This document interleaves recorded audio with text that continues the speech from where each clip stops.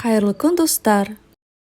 Бүгін біз сіздермен ұнсыз дайындалатын овсяное печенье пісіреміз.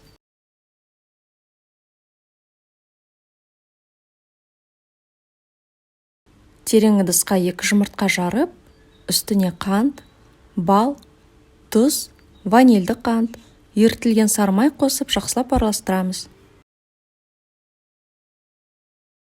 Крахмал мен қопыстқыш қосып, тағы да араластырамыз.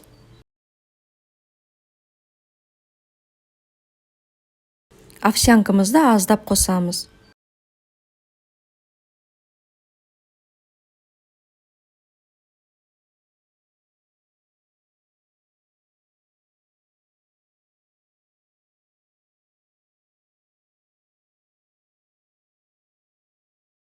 Қалауыңызша шоколад қосуға болады. Мен 80 грамм шоколад қостым. Қамырымыз дайын. Қолымызға аздап қамыр алып, домалақ форма береміз.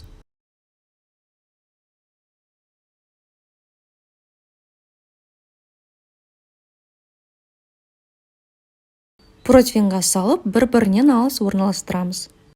Бетіне әдемілік үшін шоколад қойып шығамыз.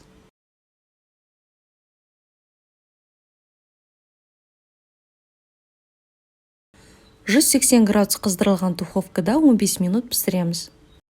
Противеньді әбден суытамыз. Тарелкамызға саламыз. Астарыңыз дәмді болсын. Рецепті ұнаса лайк басып, комментарий қалдырып, каналыма жазылыңыз.